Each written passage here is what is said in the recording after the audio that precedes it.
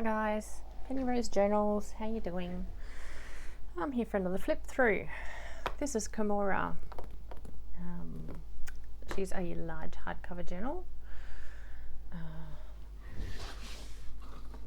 Excuse my arms as I reach for my ruler, which I forgot to prepare before I started, of course.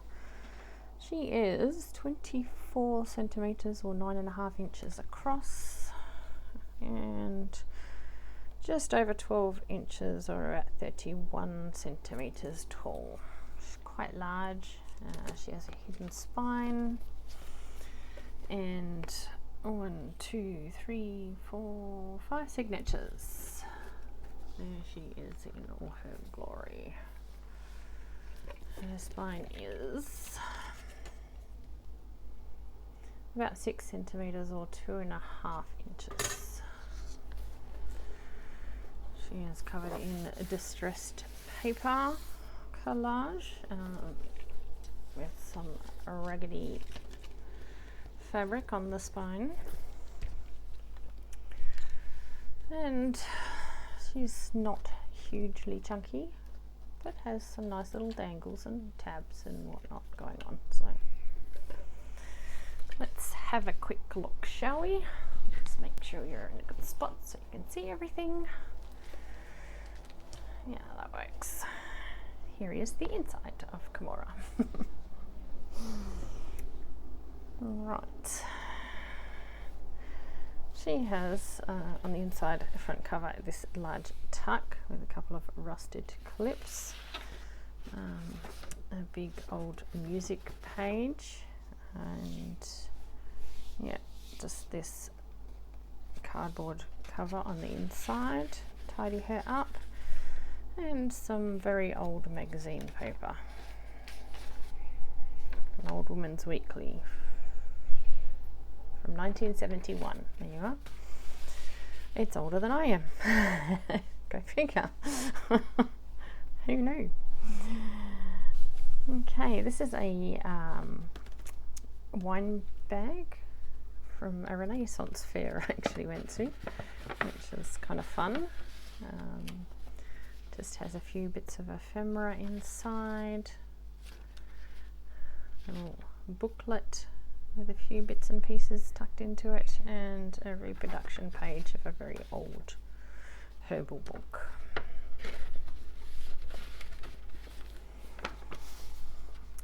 Dictionary. A lot of this was batch dyed.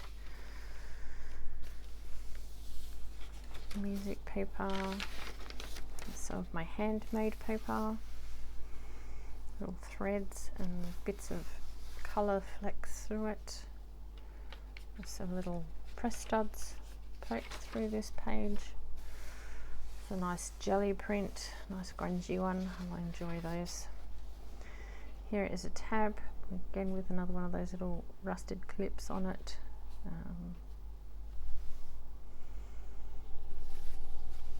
Plenty of writing space, as you can see.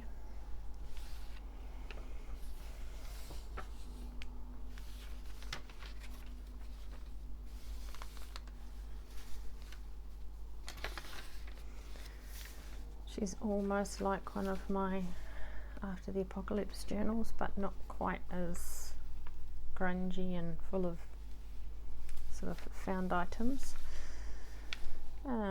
Here's a corner pocket with a couple of little cards in the front and some reproduction ephemera and a picture out of a book that's been backed for some journaling space.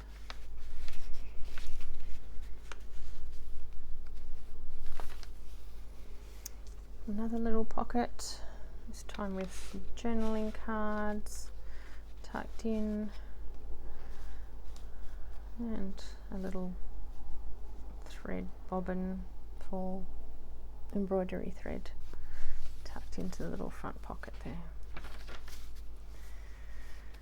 Here's the other side of that paper bag, just another book page and some more reproduction ephemera in there.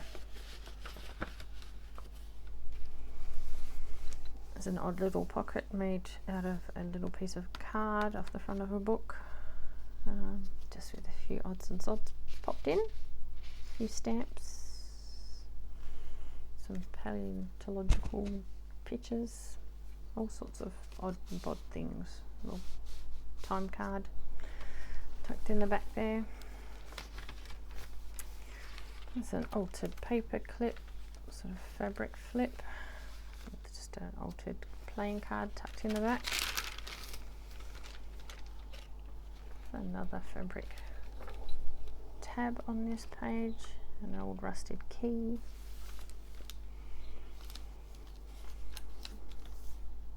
There's a glassine bag with a few bits and pieces tucked inside. These are big pockets holding more magazine, old magazine pages, that one. This is a piece of my crepe paper dyeing.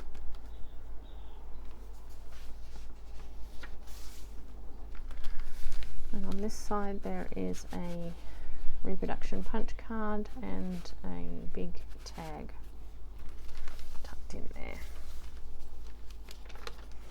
You can see the batch dyeing here. It's a little pocket with some tags in it there. Yeah, this is all bleed through from batch dyeing. Here's a little altered paper clip. It's got a little journal card and a doily envelope tucked in this side, and a little tag and another journaling card tucked in this side. Love all this staining from the batch dyeing. Who knows what it was, but it's just beautiful.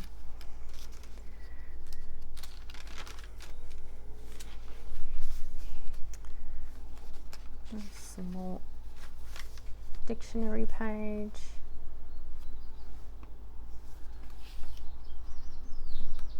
This is a found poem. I don't know if you've come across found poems. This one's been burnt out.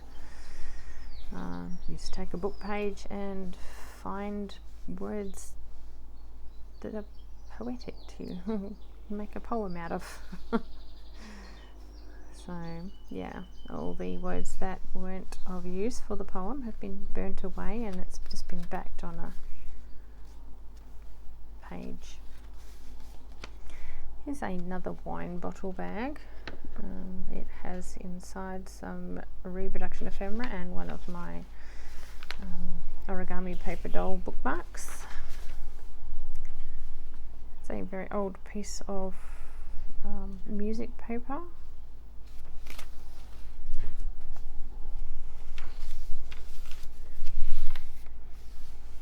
It comes from Australia. It was printed in Sydney and it was 3 shillings, so yeah, definitely very old.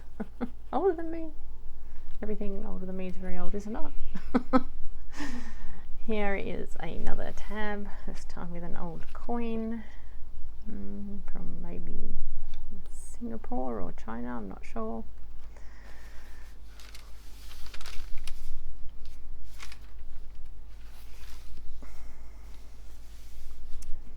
It's just a cute paper clip with a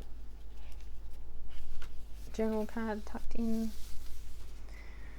Some altered paper bag that's been batch dyed and also had some other paper stuck over the top of logos and whatnot, I imagine. This is old file dividers stuck together to make a page. Some beautiful book page from that flower decorating book I have.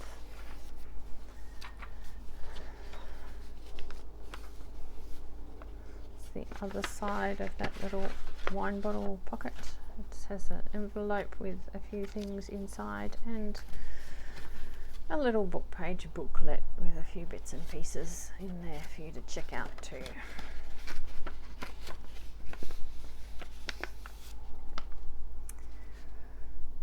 It's a page pocket pocket made out of a book page with an envelope inside with, I'm sure, something tucked in. For sure, there is something in there. And a big journaling card.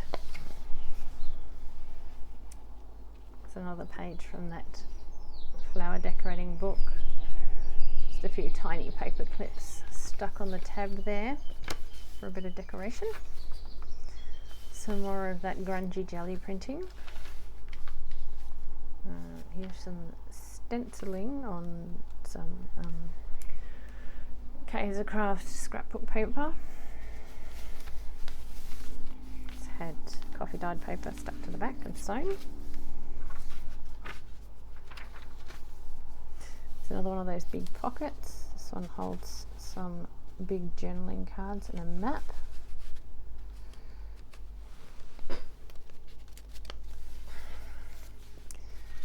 And the other side has a big postcard and a journaling card as well.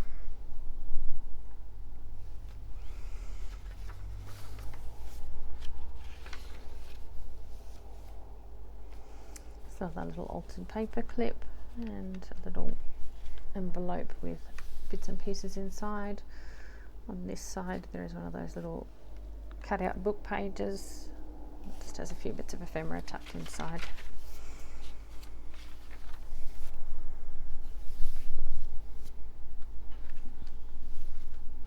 There's a journaling card, or actually two journaling cards tucked into this pocket. Piece of an old poetry book I have, just has beautiful illustrations in it.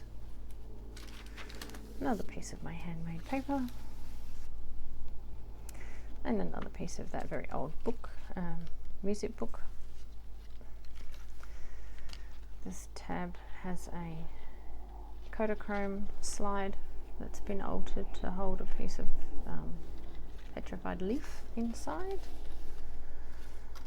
There's a little brad on this side in the shape of a stamp.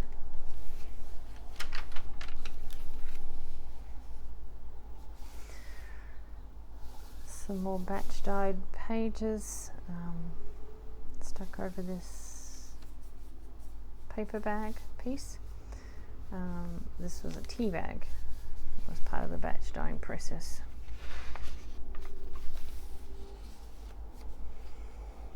Some ink, and this is actually just ink on ink through stencils on a jelly plate, I believe.